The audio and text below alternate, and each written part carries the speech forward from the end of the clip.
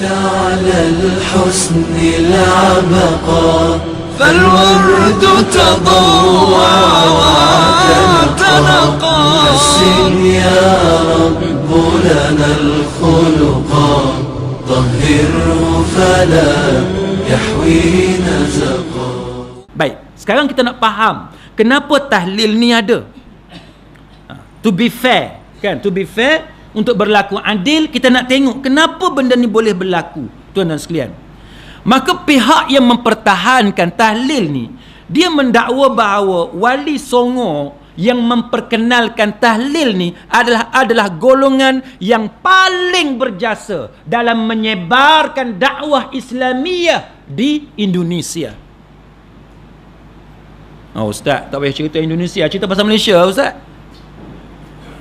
Saya tak ada pilihan, tuan-tuan. Saya tak ada pilihan. Saya terpaksa cerita sejarah ni daripada Indonesia. Sebab tuan-tuan pun suka orang daripada Indonesia. Daripada Bibi sampailah kepada qasidah, apa duduk, semua dia ambil daripada Indonesia. Jadi kita tak ada pilihan. Bukan saya nak perli tak. Bukan saya nak perli. Tapi memang relevan, tuan-tuan sekalian. Kita nak cerita sejarah ni kena cerita betul. Benda tu datang daripada mana? Tuan-tuan tunjuk kat saya, ada tak tahlil ni berasal daripada tanah Melayu, semenanjung tanah Melayu? Tak ada. Bila kita cari, kita tak jumpa. Yang kita jumpa sejarah dia datang dari Indonesia, dia datang daripada tanah Jawa dan sebagainya, dan yang memperkenalkan ini adalah Wali Songo. Maka Wali Songo ni, tuan-tuan, 9 pejuang Islam di tanah Jawa ni, dia sangat berjasa. Yang tu kita akui, dalam sejarah dia sangat berjasa. Sekarang kita nak faham. Kita nak faham kenapa Wali Songo ni dia mempopularkan tahlil. Itu yang kita nak tahu, tuan-tuan sekalian. Maka dia kata bahawa benda ni, dia kata kerana cara yang diguna pakai oleh Wali Songo dalam berhadapan dengan orang-orang Jawa yang terlalu tebal dengan pengaruh daripada Hindu dan Buddha. Rupa-rupanya kerana unsur cultural tu, budaya itu sangat menebal. Maka Nahdlatul Ulama mempertahankan Wali Songo dengan mengatakan bahawa pendekatan yang diguna pakai oleh Wali Songo ialah dengan menggunakan pendekatan budaya, cultural. Macam mana? Apa maksud pendekatan budaya? Maksudnya ialah dia memelihara budaya yang sedia ada dengan membuang unsur agama yang jelas, menggantikan dengan satu amalan yang kita sekarang duk panggil tahlil. Apa dia budaya yang dahulu ada? Iaitu budaya berkumpul tadi tu. Budaya berkumpul tadi. Maka dia kata apa?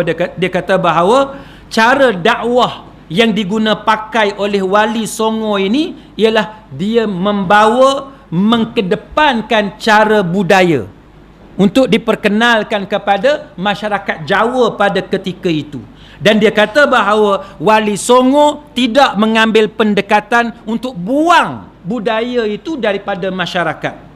Dia tak buang. Malah dia kata dia biarkan tradisi itu berjalan supaya cara mereka penetrate masuk dalam masyarakat itu adalah penetration yang halus. Tuan-tuan jangan duk bayang penetration benda lain pula. Ni duk cerita pasal satu kes tu, duk cerita yang ni pula, tuan-tuan duk bayang benda lain. Yang tu cerita lain.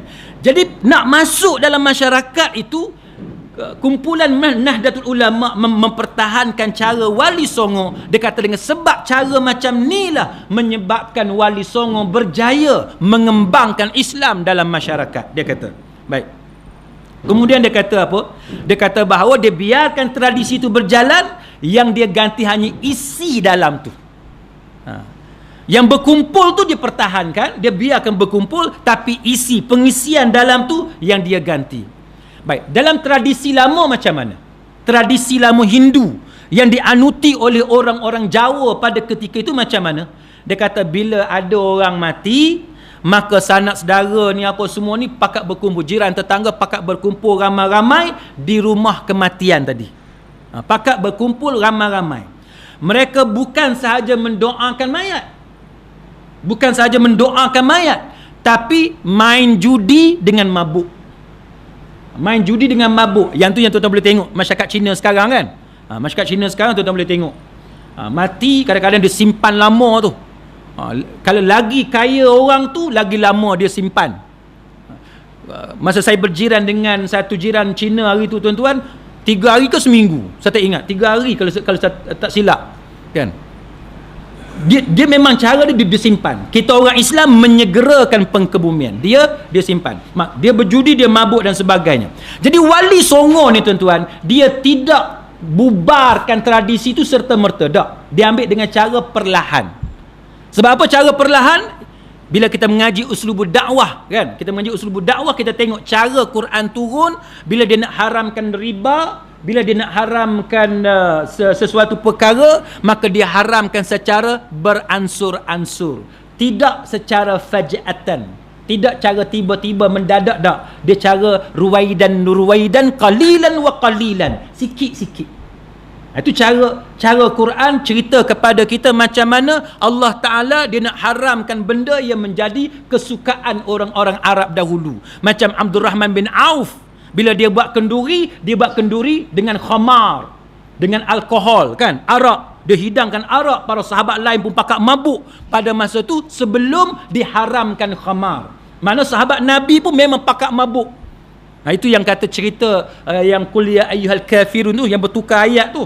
Baik. Jadi muslimin muslimat sekalian, kaedah yang sama diguna pakai oleh wali songo untuk masuk dalam masyarakat yang masa tu sangat menebal dengan tradisi meratapi kematian. Okey, nampak tak? Baik, tuan-tuan sekalian. Lepas tu dia kata apa tuan-tuan? Dia kata maka masyarakat tetap berkumpul di rumah mayat, cuma acara sahaja ganti. Hak mabuk tu tak ada, hak berjudi pun dah habis dah, tapi dia isi juga. Hak kosong tu dia isi dengan buat tahlil. Jadi tahlil ini diasaskan, dimulakan oleh wali songo. Baik, nampak kan? Okey, nampak? Baik. Jadi benda ni, istilah tahlil ni tidak ada sebelum wali songo.